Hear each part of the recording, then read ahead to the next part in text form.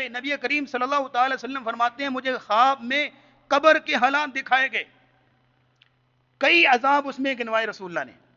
ایک عذاب یہ تھا، ایک عذاب نبی کریم صلی اللہ علیہ وسلم نے فرمایا میں نے دیکھا کہ ایک شخص قبر کے اندر پڑا ہوا ہے، ایک فرشتہ اس کے پاس کھڑا ہے جو بہت بڑا سا پتھر لے کے کھڑا ہے، اور وہ پتھر اس کے سر پہ مارتا ہے، اس کا سر کچلا جاتا ہے اور وہ پتھر دور جا گرتا ہے، اور جب وہ فرشتہ وہ پتھر پکڑنے کے لیے جاتا ہے اتنے میں اس کا سر دوبارہ ٹھیک کر دیا جاتا ہے.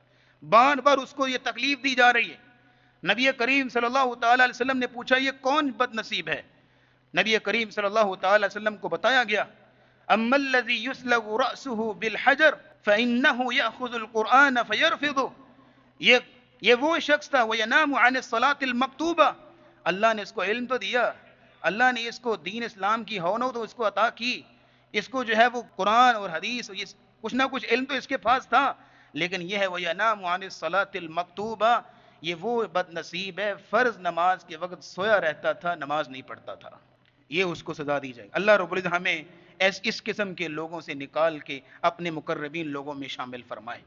اصل چیز یہ ہے کہ جس چیز کی انسان کے اندر اہمیت آ جاتی ہے پھر وہ اس کے لیے تگ و دو کرتا ہے، اس کے لیے جو ہے محنت کرتا ہے. جب اہمیت نہ ہو تو پھر انسان وہ کام نہیں کرتا. اصل چیز یہ ہے کہ ہماری زندگیوں میں نمازوں کی اہمیت کوئی نہیں رہی، نماز کی کوئی ویلیو نہیں رہی.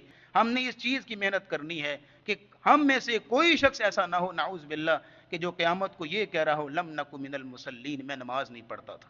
اللہ رب العزت ہمیں نمازی بنائے، ہماری نسلوں کو نمازی بنائے، اور ہمیں ہماری جو محنتیں ہیں چھوٹی موٹی اللہ قبول و منظور فرمائے. وآخر دعوان الحمدللہ.